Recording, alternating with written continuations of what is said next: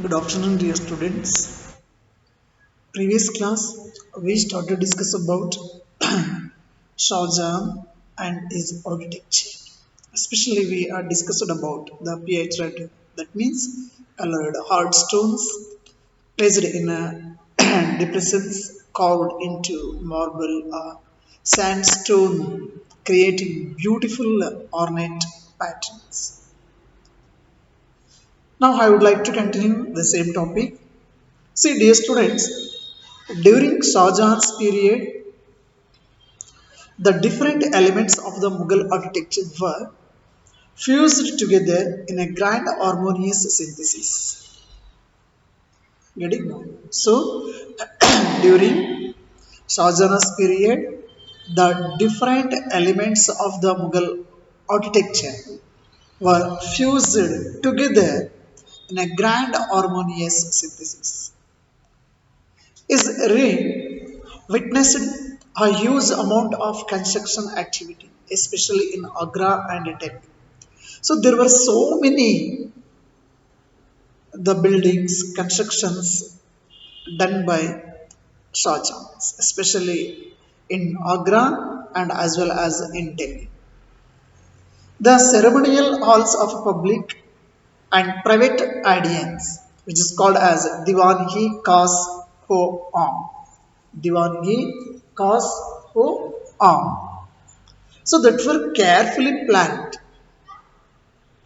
So placed within a large courtyard, these courts have, these courts were also described as Chihil Sutun or 40 pillared halls. Chihil Sutun, that means 40 pillared halls. So these were actually described like this. Shah Jahan's audience halls were especially constructed to resemble a mosque. Constructed to resemble a mosque. The pedestal on which is a throne it was placed was frequently described as Qibla. Understood? The direction Qibla actually that is the direction faced by Muslims at prayer. See, since everybody faced that direction when court was in session, so when court was in session, so everybody faced the same direction. The idea of the kings as a representative of God on earth, so that was suggested by these architectural features. Clear now? So these architectural features was suggested that is the idea of the king as a representative of God on earth. That was suggested by these architectural features. So dear students, the connection between royal justice and the imperial court was emphasized by Shah Jahan in his The Emperor's Throne was a series of Pietra Dura inlays that depicted the legendary Greek god Hoppias playing the musical instrument lute. It was believed that Hoppias' music could calm ferocious beasts until they coexisted together peacefully. The construction of Shah Jahan Audience Hall aimed to communicate that the king's justice would treat the high and the low as equals, creating a world where all could live together in harmony. See, in the early years of the Shah Jahan reign, Shah Jahan capital was at Agra. So the Agra was a capital of Shah Jahan in his early reign. Agra, it was a city where the nobility had constructed their houses on the banks of the river Yamuna. Getting dear students. So, in the earliest days of Shahjahan rule, Agra it was became a capital, and during the time Agra, a city where the nobility had constructed their houses. The maximum of the nobility people, they had constructed their homes on the banks of the river Yamuna. So these were set in the midst of formal gardens constructed in the Chahar Bagh format. So their houses were constructed in the Chahar Bagh format, that is about the four gardens. The Chahar Bagh garden also had a variation that historians describe as the riverfront garden. Getting these students. So the Chahar Bagh also had a variation that historians describe as the riverfront garden. So in this, the dwelling was not located in the middle of the Chahar Bagh, but at its heads, close to the bank of the river. Clear now. So in this, the dwelling was not located in the middle of the Chahar Bagh, but at its edge, close to the bank of the river. Shah Jahan adopted the riverfront garden in the layout of the Taj Mahal. If you observe, if you went to Agra, so then you can notify that. So Shah Jahan was adopted the riverfront garden in the layout of the Taj Mahal also. The grandest architectural accomplishment of Israel. So the Taj Mahal, it is one of the beautiful structure, world famous one, which was constructed by Shah Jahan. Here, the Taj Mahal was constructed by use the white marble. Mausoleum was placed on a terrace by the edge of the river, and the garden was to its south. Shah Jahan developed this architectural form as a means to developed this architectural form as a means to control the access that nobles had to the river. In the new city of Shahjahanabad that he constructed in Delhi, the imperial palace commanded the riverfront.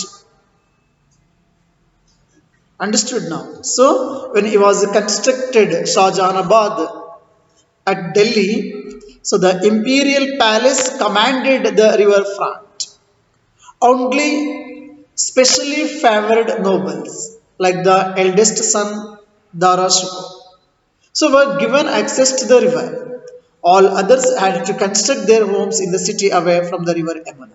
So here, Shah Jahan was permitted to construct only the residence for the noble class people, the richest class, and the family members, and he was not allowed to construct their homes in the city bank of river Yamuna. So others had to construct their homes in the city away from the river Yamuna. Now let us discuss about region and empire. Region and empire.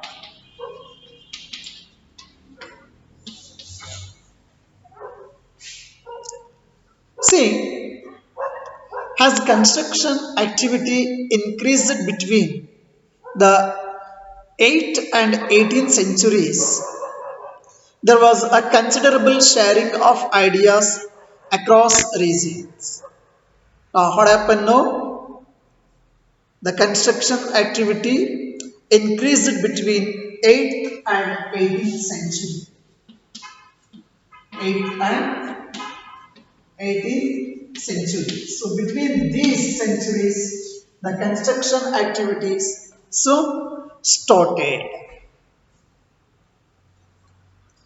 So the tradition of one region were adopted by another. Understood? So especially the tradition of one region were adopted by another.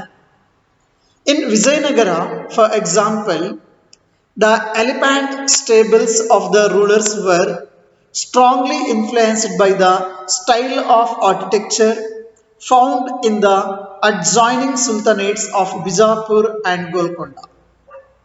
So there we can see the influence. For example, so how now?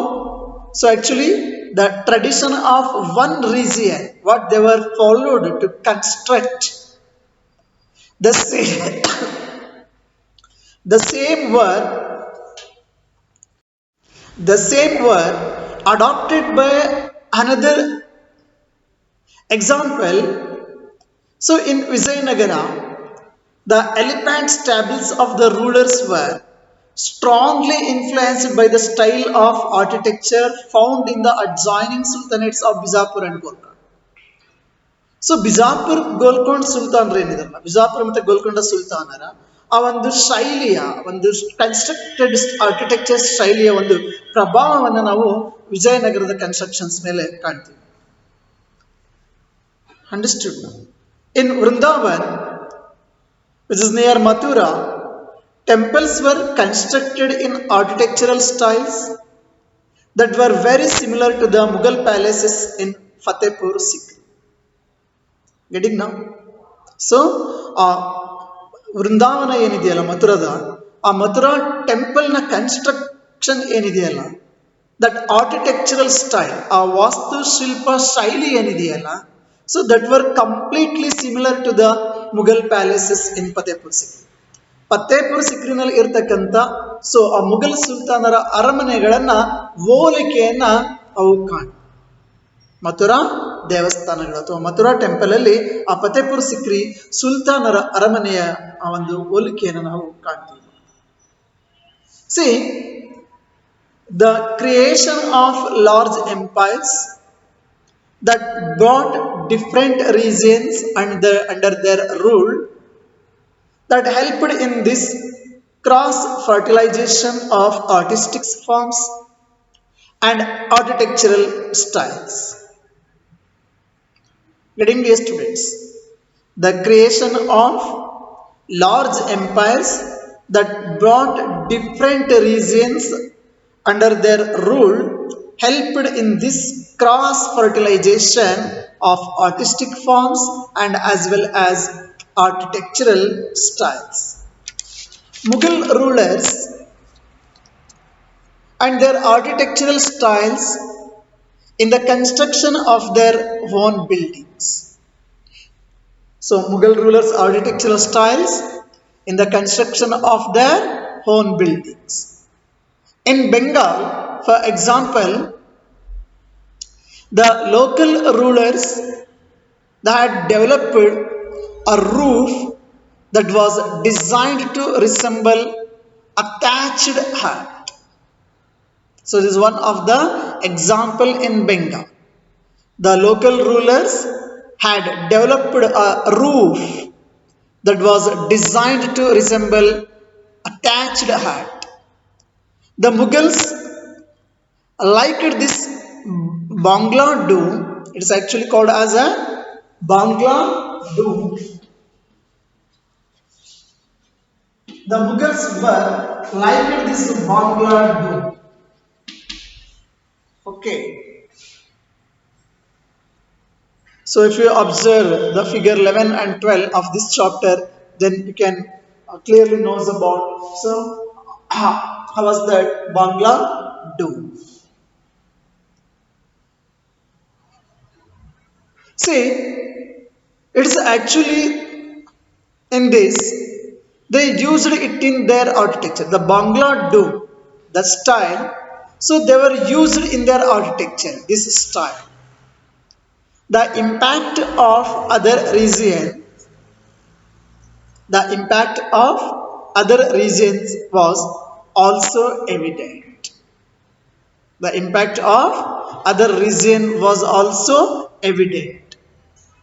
In Akbar's capital at Fatehpur Sikri, many of the buildings show the influence of the architectural styles of Gujarat and Malwa.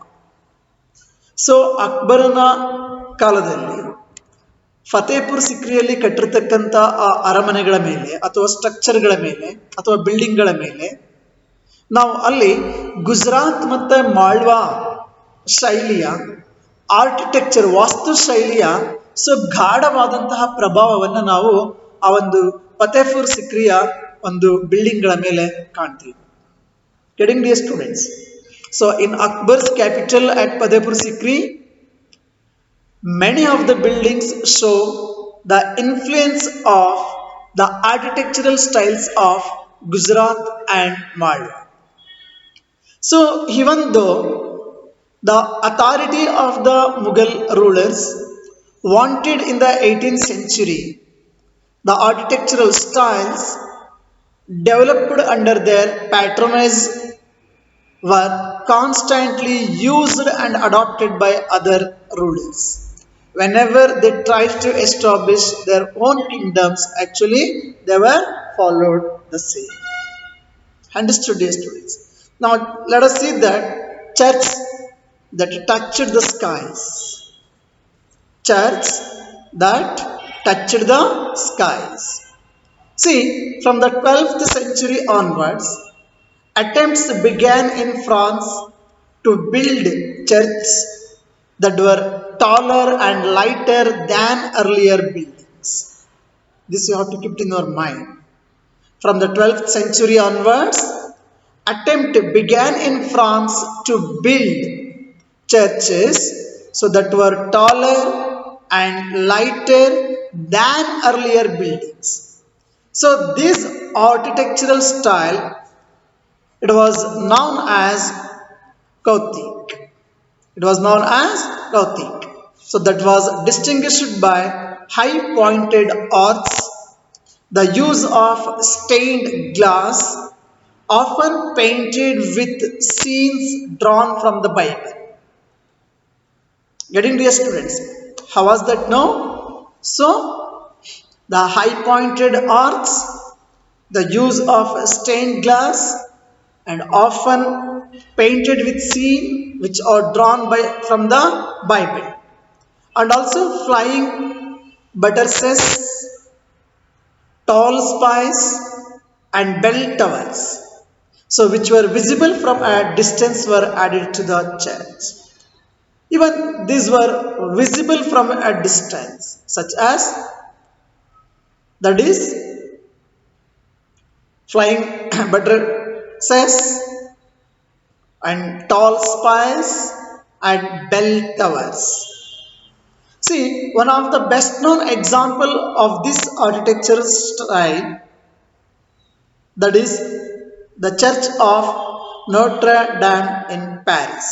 So Paris ಅಲ್ಲಿ ಇರತಕ್ಕಂತ Notre Dame church ಇದಕ್ಕೆ ಒಂದು ಉತ್ತಮವಾದಂತಹ ಉದಾಹರಣೆ. So which was constructed through several decades in the 12th and 13th centuries. So it is one example about, so during 12th and 13th century, even in the other part of the countries, especially in France, how the churches were emerged in a different way compared to the old architectural style. I hope dear students, you are all understood about this lesson. So it is my request, please go through the textbook, read carefully, understood, and even though not understanding, so please let me know. Now just I would like to tell something about, some information about the temple construction in the early 11th century, especially in a southern part of India. southern part of India. So especially that is about the Kandariya Mahadeva temple. The Kandariya Mahadeva temple.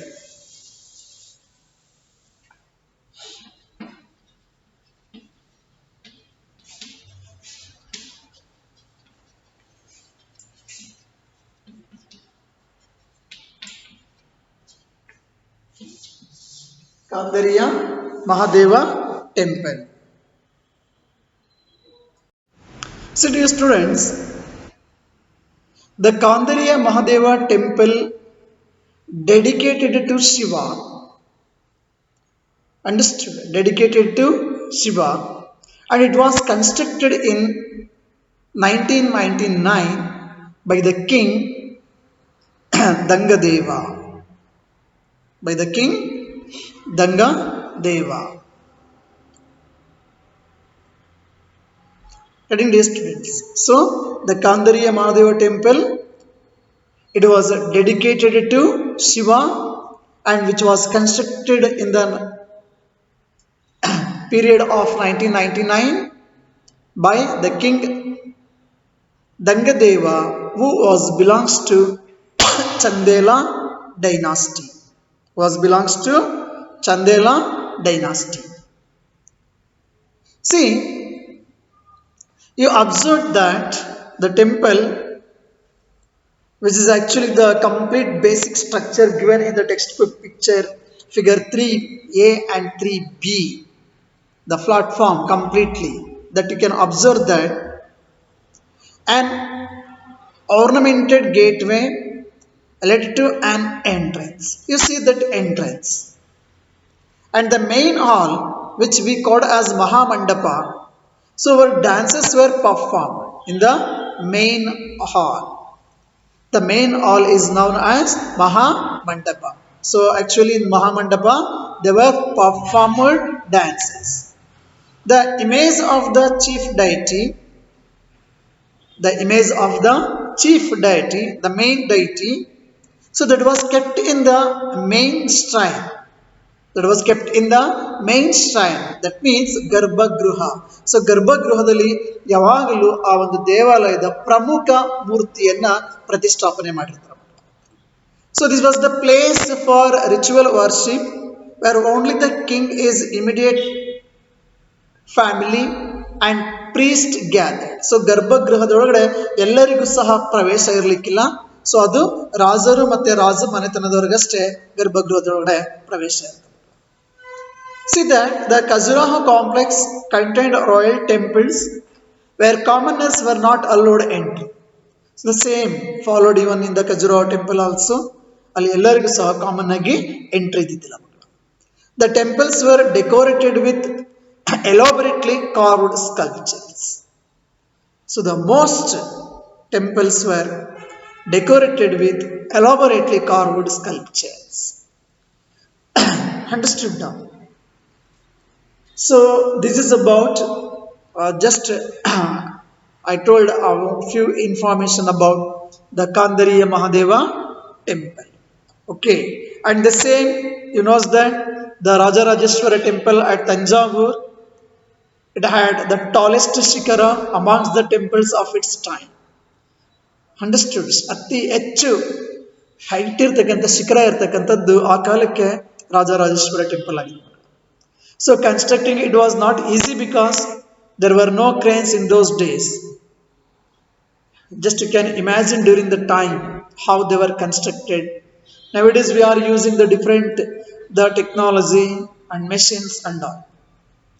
And those days there was no crane, there was no like that but even though just you can imagine.